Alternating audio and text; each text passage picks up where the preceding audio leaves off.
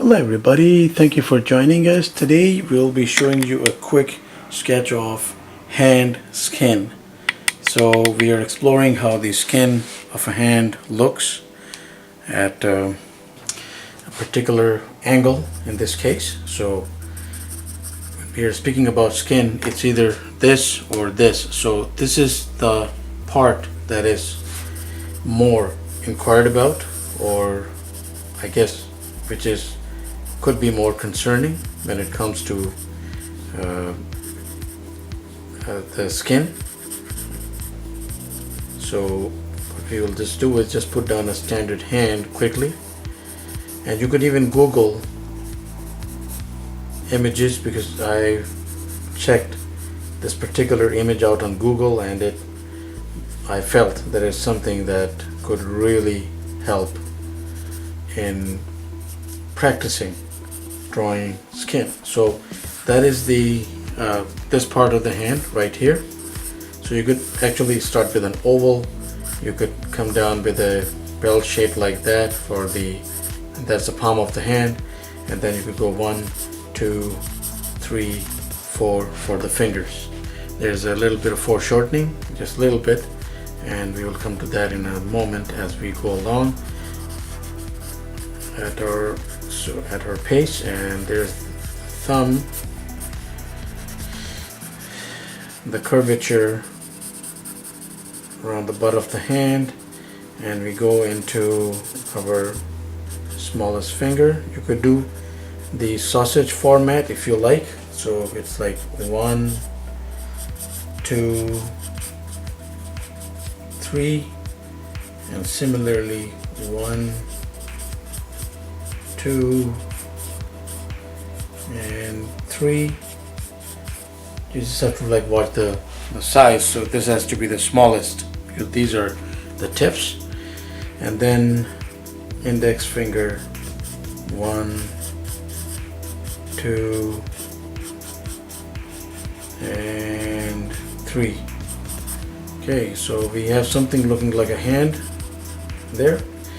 Let's put in the details for the smallest finger. So if I did sausages, I would go about like that.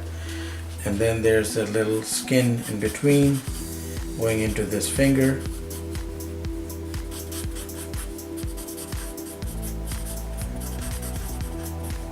Skin in between just a little bit, because they are so close together here in this case.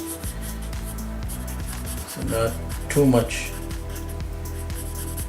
going on there in between the two fingers, but then we come to the index finger and I put that out. And as you see that I've put in these bits in between, because that's how the flesh or the skin goes between our digits, the fingers and the thumb. And the thumb in this case like that. So the standard skin stretch would be somewhere along those lines.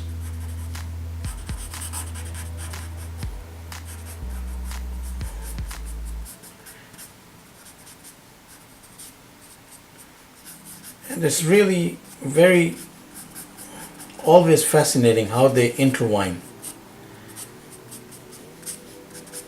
So if you just have that much going, you could actually make it work at a basic level.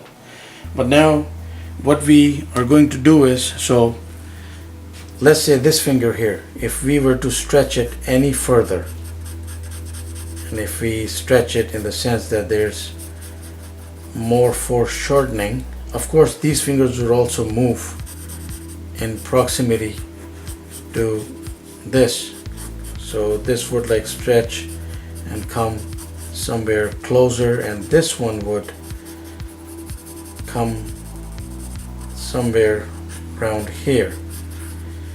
So if we stretch it, then we know that everything is going upward and curling like that.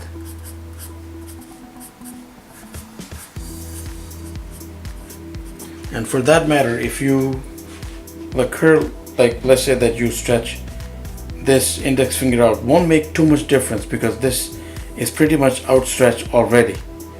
But if you bring them inward, so if you bring the index finger, let's say like really inward, and this inward, then there would be a stretch of skin concentrating here. But in this case, right now we will leave it at that. Maybe we should make that a separate exercise so as not to convolute things and make them seem more complicated than they are. So I'm going to leave us with this particular routine for today. Okay, let's take that little bit off there. So what is left for us to do is to put in some tones. So if there is a light source coming from above, so right around the bulge right here, which is the general rule of thumb in this case, that just came together. I did not intend that as a pun, but as a general rule of thumb, we put the tones against the light source around the curvatures. Some will be more intense, which are absolutely cast in shadow against another raised edge, and others not so much. So for example, around here I know that there's usually that little ridge, that raised edge, and in this case, since we had the skin folds going, you will have to work tones around the skin folds, and of course the fingers will have their own little bit of action going there. So just putting in some tones as they might possibly land in a light source, and in this particular straightforward gesture, which was, the gesture was not the exercise, it was the skin folds. And of course, let's not forget, we were doing skin folds of the hand, but the fingers, without those, would be characterless. So we put in those as we are going along.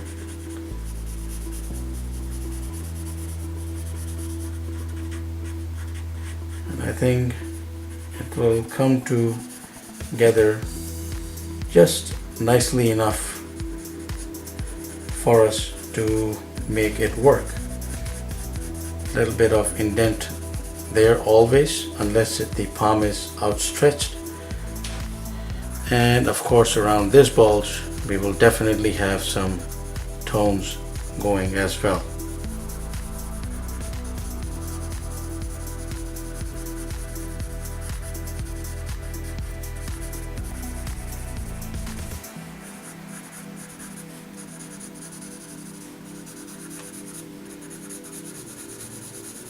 Of course, the wrists and the tones that will land there will also complement the hand with their own tones and shadow. And of course, when we are going about this, we know that the hand has these intricate lines in between on the skin, and you could explore that as well, because that is essential part of the anatomy. So there we have it, one quick practice in skin folds of the hand. I hope this was of some help. Thank you for watching. Please do subscribe, keep in touch, have yourself a wonderful day.